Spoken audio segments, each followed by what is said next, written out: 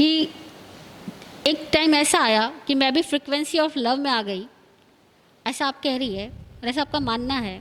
और उस टाइम के अंदर जितने भी आपसे लोअर टाइप के लोग हैं, जानवर है, जो भी है, गरीब है, भिखमंगे हैं, ज़रूरतमंद है, अपाहिज है, उन सब के प्रति आपके मन के अंदर दया उमड़ने लगी।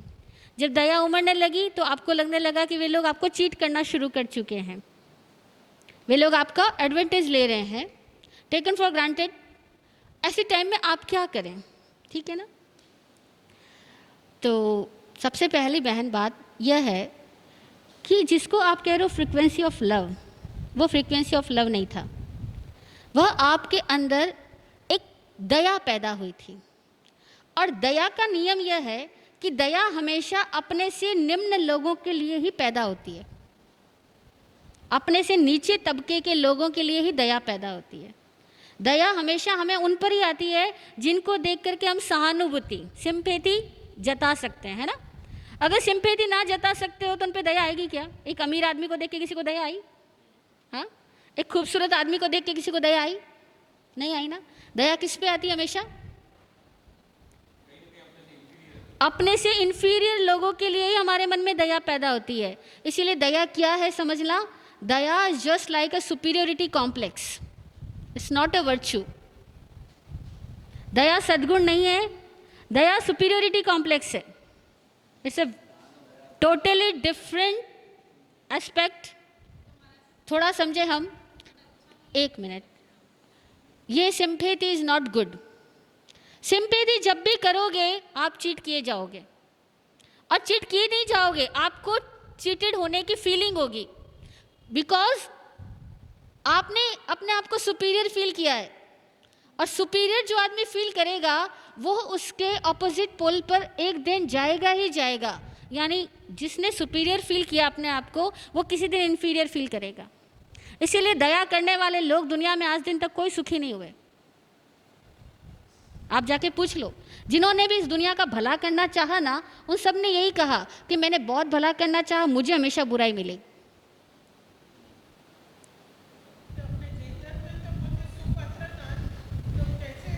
नहीं, वो अलग क्वेश्चन है। सुपात्र दान दया नहीं है, हटाओ इसको। दया क्या है? दया है अपने से इंफीरियर लोगों के प्रति एक सिंपैथी की फीलिंग होना। और ये सिंपैथी की फीलिंग जो है वो एम्पैथी नहीं है, वो सिंपैथी है। Both are different words, sympathy and empathy. Empathy मतलब सह अस्तित्व की भावना, सह अस्तित्व, जैसा मैं वैसा वो। अभी ये भावना नहीं थी आपके अंदर, आपका अपना ईगो ही था, और वो ईगो ही दया के रूप में प्रवाहित हो रहा था। और चूंकि ईगो था इसीलिए आप हर्ट हुए। ईगो नहीं होता तो हर्ट ही नहीं होते। हर्ट होने वाला कौन है? बहन एक बात ध्यान रख लो, प्रेम कभी हर्ट नहीं होता, प्रेम कभी धोखा नहीं खाता। इस दुनिया में नियम है, प्रेमी को कोई धोखा नहीं दे सकता है, अहंकारी ही धोखा खाता है। इसीलिए विराट गुरु जी से एक बार प्रश्न किया गया कि दया किस पर करना, उन्होंने कहा अहंकारी पर। अहंकारी पर दया करने का पात्र कौन है? किस पर दया की जानी चाहिए? उन्होंने कहा अहंकारी दया का पात्र है। काई नहीं गरीब दया का पात्र है, नहीं कहा अपाहिज दया का पात्र है, नहीं कहा ये सूक्ष्म एकेंद्र बेंद्र तेंद्र चतुरेंद्र जीव दया के पात्र है। ये नहीं है दया के पात्र। दया का पात्र है अहंकारी, क्योंकि वो अहंकारी जानता ही नहीं है, जो चीज उसकी नहीं है उस पर घमंड करता है। वो अज्ञान में घमंडी बन करके जी रहा है। दया का पात्र असली में वो है। तो ये आपकी जिसको आप बोल रहे हो फ्रीक्वेंसी ऑफ लव थी, वो नहीं थी। लव जब आता है, प्रेम जब प्रकट होता है, तो वो अपने से लोअर अपर ये सारे भेद भूल जाता है। ये सारे भेद प्रेम में नहीं होते, सॉरी टू से। ईगो था जो हर्ट हुआ, और ईगो हर्ट हुआ तो अच्छी बात है, उससे शिक्षा लो, दया करना बंद करो, दया करना बंद करो। दया तब आती है जब आदमी को अपने सद्गुणों पर अहंकार आता है। मेरी बातें थोड़ी आपको आउट ऑफ द वे लगेगी, पर दया वही करता है जिसको अपने सद्गुणों पर अहंकार होता है, जिसको अपनी सज्जनता पर अहंकार होता है, जिसको अपने सो कॉल्ड धार्मिक होने पर अहंकार होता है, वो आदमी दया करता है। मैं बड़ा धार्मिक हूँ। अपनी सज्जनता को जो ऊपर से उड़ी गई सज्जनता है ना, उसको हटाओ। सज्जन बनने की कोशिश करना ही दुर्जन होना है, सॉरी टू से। अच्छा बनने की कोशिश करना ही बुरा होना है। और हम सबको शौक है अच्छा बनने का, अच्छा दिखने का, सबको शौक पड़ा है। हम ज़्यादा से ज़्यादा अच्छा दिखाना चाहते हैं, अच्छा बनना चाहते हैं, लोगों से ज़्यादा अपनी तारीफ सुनना चाहते हैं, अपने आप को प्रूव करना चाहते हैं। ये सब कुछ क्यों है हमारे अंदर? क्योंकि हमें अपने सद्गुणों पर घमंड है, इसीलिए है। और ऐसा सद्गुणों पे जिसको घमंड है, वही आदमी अपने से इन्फीरियर को देख करके दयालु बनता है। It's a total psychology. इसीलिए दया करना, जो आदमी दया दिखा रहा है ना समाज में, मान के चलो वो आदमी को अपने पैसे का घमंड है, या अपने बुद्धिमत्ता का घमंड है, या अपनी ताकत का घमंड है, या अपने कुल खानदान का घमंड है, तो वो आदमी दया दिखाएगा। एक्चुअल जो साधु लोग होते हैं ना, वो कभी दया करते ही नहीं है।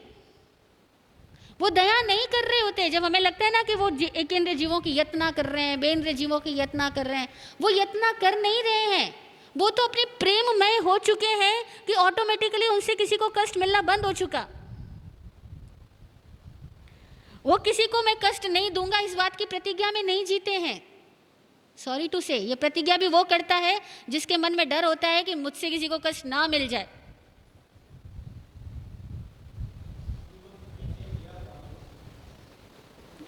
उसका कारण दूसरा है। प्रश्न एक, साधु लोग कहते हैं दया पालो, ऐसा क्यों कहते हैं? ये इसलिए कहते हैं क्योंकि जब तेरापंथी और स्थानकवासी अलग अलग हो गए, if you know about history, अभी तेरापंथी और स्थानकवासी जब अलग हुए थे तब एक ही मुद्दा था दया को लेकर के। तेरापंथियों कहते थे कि दया में धर्म नहीं है, स्थानकवासी कहते थे कि दया में धर्म है। तो उन्होंने अपने सारे श्रावकों को ये टैग देना शुरू कर दिया, आशीर्वाद में ही कहते दया पालो दया पालो दया पालो। क्योंकि तेरापंथियों ने कहना शुरू किया कि जब आप दया करते हो तो एक की दया होती है और दूसरे का अंतराय लगती है, दूसरे को अंतराय लगती है, उसका भोजन छिन रहा है। कुत्ते बिल्ली का दृष्टांत देते हैं कि कुत्ता बिल्ली को खा रहा है या बिल्ली चूहे को खा रही है, तो चूहे को बचाना या नहीं बचाना, विवाद पैदा हुआ। तब तेरापंथियों ने कहा, जहाँ से तेरापंथ चला था वो इस मुद्दे पर अलग हुआ था। स्थानकवासी से तेरापंथ जब समुदाय अलग हुआ तो उनका मुद्दा यह था। तो उन्होंने कहा दया धर्म नहीं है, जीव अपने आयुष्य से जीता है, अपने आयुष्य से मरता है, हम केवल उसकी मृत्यु के निमित्त ना बने, इतना ही काफ़ी है, हम उसकी मृत्यु के निमित्त ना बने। तो स्थानकवासियों ने क्या किया? स्थानकवासियों ने हर पब्लिक को, आई गई हर पब्लिक, जैसे ही कोई प्रणाम करता बोलते दया पालो दया पालो दया पालो, ताकि वो दया पाले। तेरापंथियों के सामने उनकी ये बात पहुंचे कि दया पालनी चाहिए, एक पॉइंट। दूसरा पॉइंट, स्थानकवासियों ने और नहीं काम किया कि उन्होंने अपने मांगलिक में भी जोड़ दिया कि केवली परुप्यो दया धर्म रो शरणो, कि केवली पनत्तम दया धर्म का शरणा। अरे केवली पनत्तम धम्मम शरणम तो है, दया धम्मम शरणम कहीं नहीं है मूल आगम के पाठ में। मूल सूत्र पाठ में केवली पनत्तम धम्मम शरणम पवज्जामि इतना पद है, केवली पनत्तम दया धम्मम शरणम नहीं है। और दया धर्म एक शब्द देने से धर्म इतना विराट है, और जब आपने कहा दया धर्म का शरणा, यानी धर्म के बाकी सारे लक्षणों को गौण कर दिया, केवल एक पद को पकड़ लिया। एक शब्द धर्म के आगे जोड़ लेने से धर्म के विराट अर्थों को हमने क्या कर दिया? संकीर्ण कर दिया, संकुचित कर दिया। और ये काम हमारे उस टाइम के स्थानकवासी पूर्वजों ने किया। इसलिए आप किसी स्थानकवासी साधु की मंगलिक सुन लो, वो मंगलिक के बाद में बोलते हैं चार शरणा दुख हरना, केवली परोपे दया धर्मरो शरणो, दुख हरना, वो सब कुछ बोलते हैं, ठीक है ना। अब उनसे किस कोई जाकर के पूछे आप दया धर्म क्यों बोलते हो? धर्म में तो क्षमा धर्म भी है, मुक्ति धर्म भी है, सरलता धर्म भी है, शौच धर्म भी है, ब्रह्मचर्य धर्म भी है, तप धर्म भी है, संयम धर्म भी है, आपने बाकी सबको छोड़ दिया। उनके पास जवाब नहीं होगा। वो कहेंगे हमारे बड़ेरे बोलते आए हैं इसीलिए हम भी बोलते हैं, बस हकीकत ये है। इसीलिए साधु लोग बोलते दया पालो, हम लोग नहीं बोलते, हम लोग कहते कल्याण हो, ठीक है। आपका क्वेश्चन पूरा हुआ कि ईगो फीलिंग थी इसीलिए हर्ट हुए, ईगो हटा दो, हर्ट कौन होगा? हर्ट होने के लिए पीछे कोई बचेगा तो हर्ट होगा ना। नेकी करो ही मत, नेकी मत करो, नेक बनो। नेकी करना गलत है, इसका मतलब इसका मतलब नेक बनो भी मत। अगर आपको लगता है नेक बनने से कोई अपोजिट हो रहा है आपके, तो आप नेक हो, इस पे विश्वास करो। क्योंकि बनो, फिर आपने एक चेहरा ओढ़ लिया, एक मास्क पहन लिया कि चलो भैया मैं तो नेक बनूंगा। अब जैसे ही मास्क पहनोगे, मास्क कभी ना कभी तो, पेंटिंग है वो कभी ना कभी तो उतरेगी ना। कितना भी रात को मेकअप कर लो, सुबह जब नींद में से उठोगे तब तो मेकअप डिस्टर्ब हो चुका होगा। लोग क्यों, धार्मिक आदमी क्यों ऐसा परेशान होता है? क्योंकि वो वाकई धार्मिक नहीं है। वाकई धार्मिक आदमी कभी परेशान होता ही नहीं किसी और से। कोई महावीर को परेशान करके बताए, कानों में कीले ठोक दिए तब भी वो परेशान नहीं हुए। आप समझो, हम क्यों बनने की कोशिश कर रहे हैं? धर्म बनना नहीं सिखाता। धर्म जो हम हैं उस वास्तविकता में जीना सिखाता है। अपनी ईमानदारी से जियो, अपने मौलिक स्वभाव में जियो। अब अपने आप से पूछो, मेरा स्वभाव क्या है? गुस्सा स्वभाव है या प्रेम स्वभाव है? क्या स्वभाव है आपका?